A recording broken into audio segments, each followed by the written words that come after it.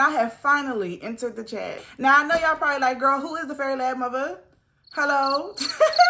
And that's okay. I got you. The lab industry right now is booming, and for good reason, y'all. It's a great industry to get into. There are so many people that are trying to get in, trying to understand the industry, maybe in the industry and maybe feeling a little lost, a little stuck, because it is a lot to go through. But I promise you, there is a light at the end of the tunnel. So if you guys are considering getting into the lab industry, already in the industry and feeling a little stuck, a little lost, or maybe just considering, contemplating, whatever, the Fairy Lab Mother is here. I'm your girl. So I've been in this thing for about a year and some change. And with that being said, I feel like I'm new enough to still speak to my newbies, but I'm also seasoned enough to help you guys through. In the lab industry, when you first start, there's a lot to do, or it feels like it's a lot to do. So trust me, I understand, and I'm here to help. Okay, so let's start this thing off right. I'm going to give y'all 5 different tips that I think will definitely help you push the needle forward as you maneuver through your journey of starting your laboratory. Tip number 1, create yourself a list. I cannot say this enough. A lot of times when you're starting out in this industry, there is a lot to do. It can be overwhelming. And when you're overwhelmed, you tend to give up. But we're not doing that. I'm not going to allow you guys to do that. You're going to get yourself a notebook and a pen, and you're going to make a list. What I want you guys to do is write down a list of things that you need to get done,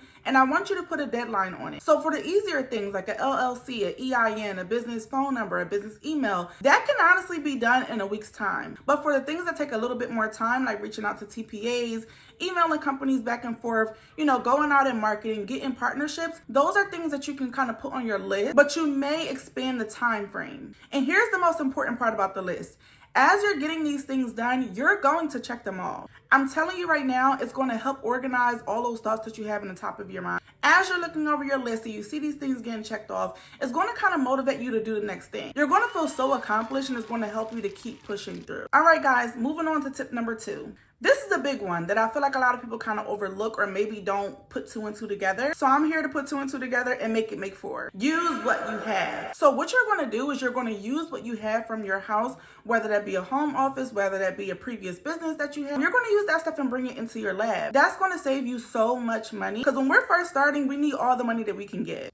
And let me say this part. Obviously, this stuff applies if you're brick and mortar, right? It will only apply for brick and mortar. If you're mobile, this doesn't apply. Or if you're mobile and you're kind of nervous about being brick and mortar, only because you don't want to have to deal with the headache of being brick and mortar, or, the overhead of being brick and mortar, this can also kind of sway you toward the brick and mortar route, because you may already have most of your office set up. You could potentially have all of the supplies that you need to even have a brick and mortar sitting right in your home office or somewhere in your garage. Sometimes it makes more sense to start with what you have, and then once you start making the money, you invest it back into the business. And speaking of saving money, that brings me straight into tip number 3. Guys, use the dollar store. The store that sells things for $1? Or it used to be $1, now it's $1.25, but y'all get my point. Dollar Tree is going to have things like highlighters, pencils, pens, also staples and staplers. They also have thumbtacks, they have paper clips, they have rubber bands. The dollar store has so many different office supplies. When I first started, I literally got majority of my office supplies from the dollar store. The dollar store is a gem, guys. Now, if y'all have made it this far in the video, if y'all still with me, I need y'all to pause the video, go down to the comment section and comment me a little fairy. That'll let me know that we all still here. That's so corny, that's so cliche, I'm sorry. Okay, guys, moving on to tip number 4. And this is going to pertain to my people who are looking to be brick and mortar, or maybe you're kind of on the fence about whether you should be brick and mortar or mobile. Let me tell you this. In my opinion, I feel like brick and mortar is going to trump mobile every single time. And I know it's scary, because you're thinking like, okay, well, there's overhead involved and, different expenses involved. And I totally understand that. However, brick and mortar actually plays out to be a lot more beneficial to you, just because you're able to be brick and mortar and mobile at the same time. There are certain opportunities in this industry that being a mobile collector just doesn't allow you to maximize on. So try to find a suite, guys. You're going to want to find a suite. If you are looking for a brick and mortar, you're looking for a location, and you're looking at like these office spaces that have like 3 and 4 or 5 rooms and they're really expensive, you're starting off all wrong. When you're first starting out, you can literally start in a 1-room office. I started in a 1-room office. I had a 1-room office with a walk-in closet. That was perfectly fine. I eventually, graduated to a 3-room space, but that 1-room office, worked. I utilized that walk-in closet to make sure that I kept, you know, my floor space clean. I didn't clutter the space. Some of my supplies would stay at home in my garage, you know, and I would kind of just bring the supplies in as I needed it. So that's tip 4A. Now tip number 4B, because this goes right along with each other. You're going to want to find a private landlord. I'll say it again. Find a private landlord. If you're looking on Zillow or any of those bigger, I don't know, like commercial real estate websites, I don't really know the technical term to call it, y'all, whatever. But if you're looking on like places like Zillow or those bigger name, you know, places that are advertising for commercial spaces, 9 times out of 10, you're not going to be able to get a good price for it. The requirements are going to be a lot higher. So they're going to want to know things like your income, how long you've been in business. They may also run into like, you know, higher deposits. See, with the private landlord, the requirements are usually a lot less. Also, the price that they want for that suite, because remember I said suite, the price that they're going to want for that suite usually isn't as much either. So how are you guys going to find private landlords?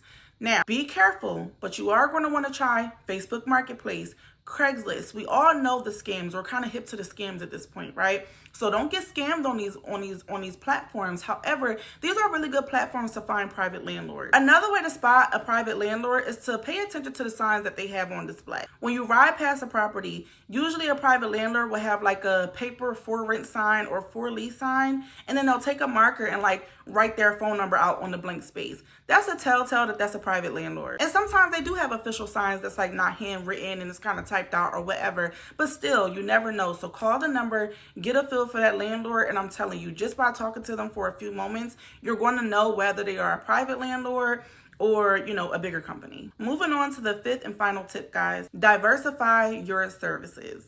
Please diversify your services. I know that a lot of times when you're getting into like the lab industry, a lot of people have been ushered in through like urine drug screening. When you first start, you're thinking, okay, I'm going to get DOT certified, I'm going to start doing urine collections, I'm going to connect with TPAs, and everything is going to come together and it's going to be butterflies and rainbows. But to be honest with you guys, you want to diversify your services in this space just in case drug testing has a slow season, or when you really think about it, if you're a newbie, it's going to take some time to build up those TPA accounts. It's going to take time for you to get DOT certified. A lot of this stuff just kind of takes time. Not that it's not going to happen. It's just that there's a certain order of things that you have to go through before you're actually able to start doing drug collection, like DOT certification, reaching out to TPA, starting up certain accounts and getting certain partnerships. So in the meantime, what I would suggest for you guys to do, and I mean highly suggest for you guys to do, is diversify your services. So try to look into some services that you can do that don't require a DOT certification, or hell, any certification for that matter, just so that you're able to potentially have cash flow before you're even DOT certified, before you even get set up with TPAs, and kind of just so that you're not twiddling your thumbs, you're actually able to kind of bring in some type of cash flow. When you diversify your services, it makes it virtually impossible to have like a slow season, guys. Okay, guys, so that's a wrap. So that's gonna wrap up our video for today. I enjoy sharing my top 5 tips with you guys, and hopefully it makes your journey go a little more smooth, because I'm telling you, getting into this industry is definitely, you know, it takes focus, it takes dedication. To see that light at the end of the tunnel is definitely worth it. I had fun with y'all today, so y'all know I'm coming back. Next, we're going to be talking about how you can diversify your services leading up to being like DOT certified, or even when you're already in the industry. The services that I'm going to be sharing with you guys next are all services that are under that laboratory umbrella. A lot of them don't require any type of certification, and it can maximize your potential to start making some type of profit while you're waiting to be DOT certified, you know, to build up those TPA contacts and all of that good stuff. So guys, stay tuned for my next video. You don't want to miss it, because the fairy lab mother has entered the chat and we about to turn up the heat. See y'all next time. Yeah, she was a fairy. Yeah, she was a fairy. Yeah, she was a fairy. Yeah.